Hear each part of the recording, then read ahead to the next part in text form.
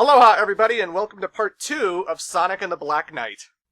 Now, let us see the power of your so-called sacred sword. After. Okay, so now we're facing off with the titular character, the Black Knight. And don't worry, guys, this is still an early boss fight, so this isn't really all that complicated. As Sonic, you'll be chasing King Arthur until eventually he stops, and when he does, the two of you will go off to a standoff, and you have to hit him at the exact moment in order to damage him. And the moment is when the Wiimote symbol shows up. Now, King Arthur's sword is going to glow just a little bit before the Wiimote symbol shows up, and so you might want to look out for that, but the thing is, if you hit before the Wiimote symbol, just as it starts glowing, he will actually counter you, and he will, deflect your attack. So always look out for the Wiimote symbol, and after a few hits, he'll get tired, and you just push the A button to kick him, and I guess beat him. Wow, King Arthur, that was pretty sad, man. You're supposed to be the big bad of this game, and I just kicked your ass in the first 15 minutes. A Razor Jin would be so disappointed. I mean, my god.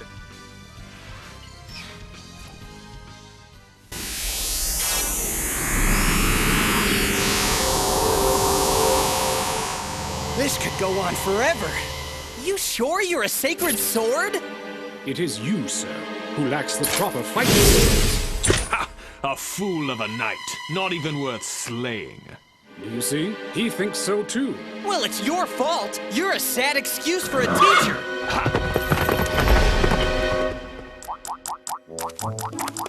For as long as he bears that scabbard, we may never be able to defeat King Arthur. So what are we gonna do? We must ask the scabbard's former owner how to hinder its power. And who would that be? Nemu, the Lady of the Lake, the one I mentioned earlier. What are we waiting for? Let's go pay her a little visit. I fear it may not be as simple as that. What do you mean? You shall see for yourself. Onward, my young knave. Stop calling me Knave! I'm Sonic the Hedgehog! Very well then, I shall call you Knave the Hedgehog. Whatever, you oversized letter opener. Caliburn is voiced by Casey Robertson, by the way, in case you were curious. And speaking of voice actors, I absolutely love Jason Griffith's performance in this game. I already said back in Sonic Unleashed, I really felt he came into his own during that game, and here he continues the tradition of just understanding Sonic's personality and his inflections, and it's a huge far cry from like the first few episodes of Sonic X when Jason Griffith was green and kind of new to the character. It's so developed now. So in this mission, I'm attacking all of these target signs while trying to dodge all of the green imp signs. The green imps are actually innocent townspeople, and it will destroy your Knight's Honor bonus to hit them. And they're in almost all the levels, excluding like the last 4 in the game. So yeah, you gotta watch out for innocent civilians this time around. Now don't worry, none of the story missions are going to stop because you hurt too many innocent people. It doesn't really care if you've been a real dick and actually hurt too many people, you know? As Sonic said before, guess I can't be the hero every time, but if you want your Knight's Honor bonus, watch out for those innocents. I suppose something must be done about this. What are you talking about? My edge has grown blunt. Being in that rock for so long has taken its toll. Ha! Not the sharpest tool in the shed, huh? That's because a gentleman shouldn't have such an edge. Gentlemen? Who are you calling gentlemen? Seek out the blacksmith in the castle town. I must be presentable when we meet the Lady of the Lake. What are you gonna do, Merlina? Merlina? Hello? Why do flowers bloom, knowing they are destined to wither? Huh? Their time of beauty is so short-lived.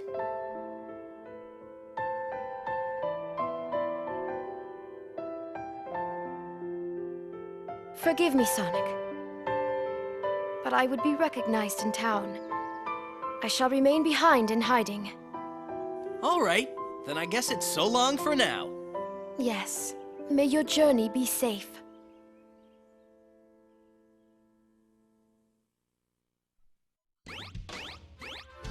Alright, so we just opened up a new level, Camelot Castle, and I like how the setup is in Sonic and the Black Knight. Now we actually have a proper map, not just a bunch of series of menus like Sonic and the Secret Rings has. And most of the time they always guide you into knowing what you should be doing now. It says right in the bottom, we know from the story that's what we were supposed to be doing, so it's easy to see which level you have to do next. All right, time to find a blacksmith. Something is wrong here. Better be careful. And so now this is our first proper level with actual enemies all over the place. The knights, you can block any of their attacks with the Z button, as we mentioned before, and they're pretty strong. You can't really, you pretty much have to use your sword in order to defeat them. And so how is the gameplay when it comes to the combat? You move with the control stick, you jump with the A button, and the thing that a lot of people might not realize right off the bat is that you still have a homing attack. When you push the A button in the air, Sonic will home in for whatever's in front of him. It's just when you do the homing attack by itself this time, the knighted the enemies with their strong armor, they will actually just bounce the homing attack off. You won't hurt them at all. So what you're supposed to be doing is, as soon as a homing attack is en route to the enemy, you have to swing the Wiimote as you're going to them, and that way Sonic will do a very cool, very powerful homing attack like Super Slash, right? And it's like one of my favorite things to do in the game because it can go through a whole line of enemies really, really quickly, and you don't really have to worry about blocking their attacks or anything because it's just a force of destruction. The only thing about the gameplay I would say is a little awkward is going from left to right, because unless you have a lot of speed, you can't just go simply left or right. Sometimes I'll have to back up or go to the right if I want to hit like a certain amount of pots or a certain amount of crates, because crates and pots basically give you rings in this game. If you run into any kind of thing that Sonic can destroy through, break through really, you'll get rings from that. So keep an eye out for any kind of crates or boxes or something, because you can always get rings in. Oh, I love that. Oh, I love the homing attack Super Slash. Again, it's one of my favorite things to do in this game, and I would absolutely recommend it for taking out like lines and rows of enemies.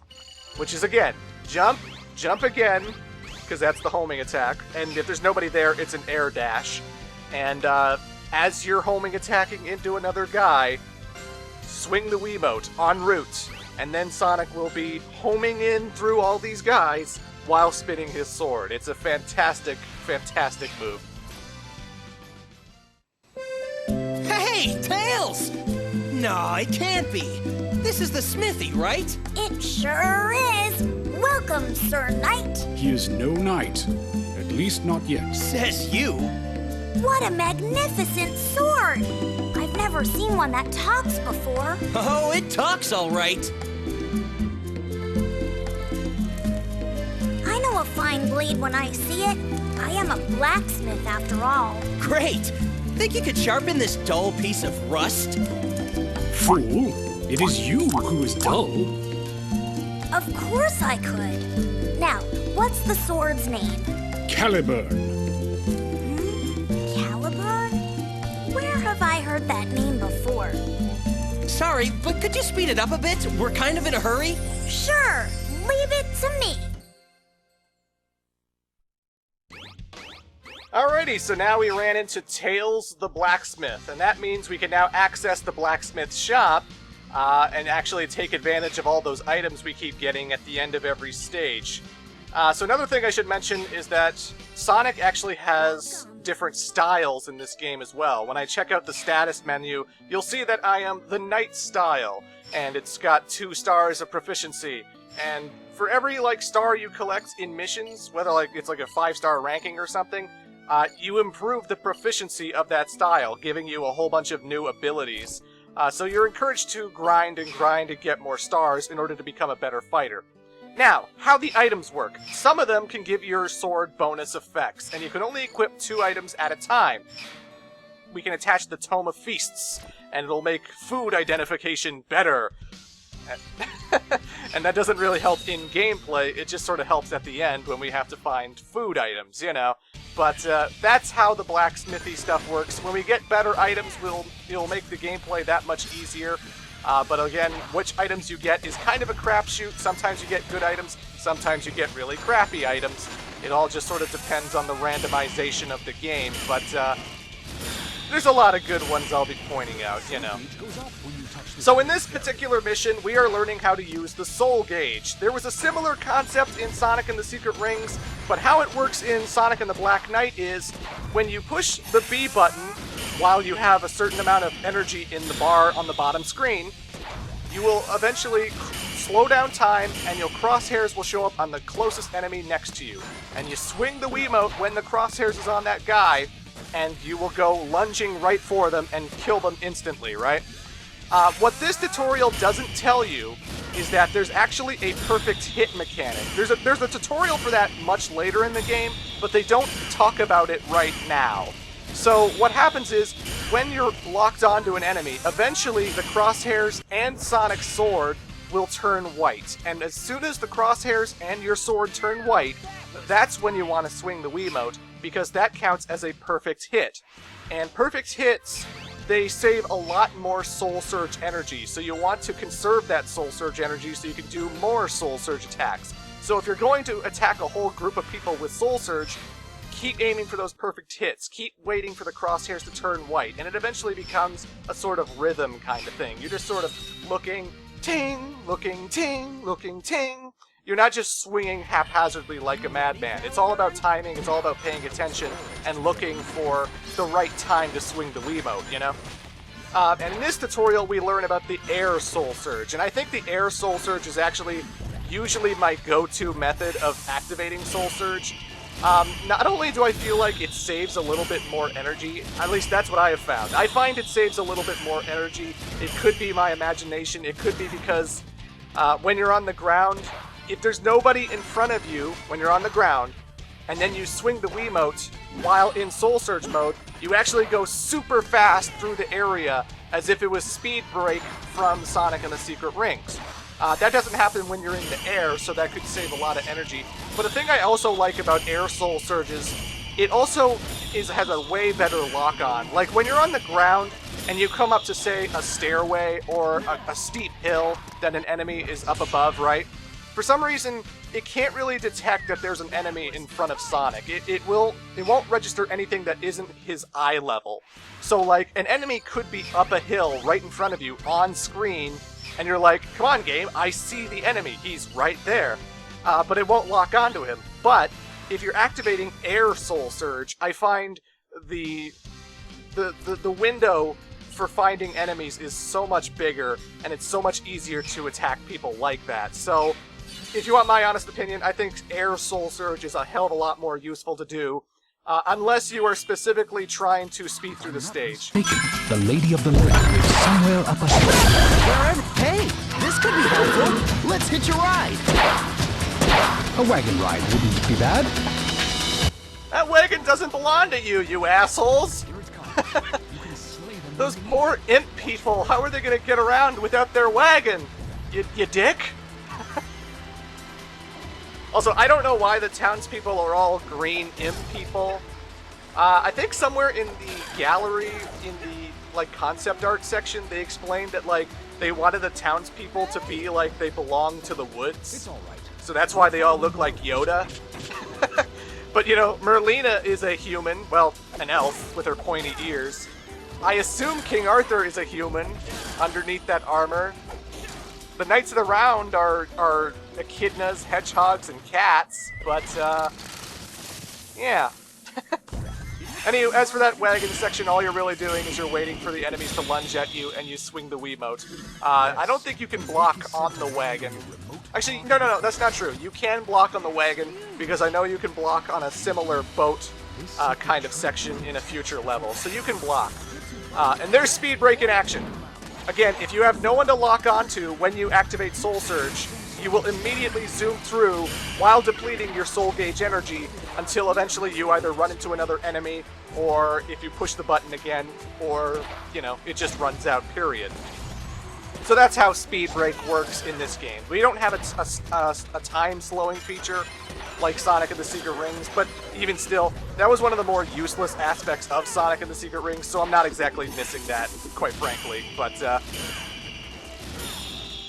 I know the air soul surging and the soul surging in general is seen to be a little bit repetitive, especially when you're going for the 5-star rankings, because that's like the most effective way to get rankings, right?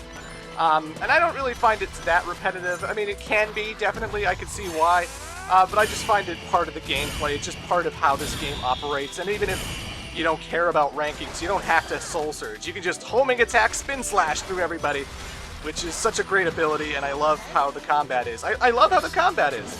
You know what I like about this game? Sonic is actually fun from the get-go. It's not like Sonic and the Secret Rings where you have to get a certain amount of skills and points in order to make him slightly faster or have a better homing attack or whatever. No, from the get-go, in Black Knight, Sonic is actually competent. He's actually fun to play, and I really appreciate that. It makes getting into the game a lot more enjoyable than the last one, but I digress.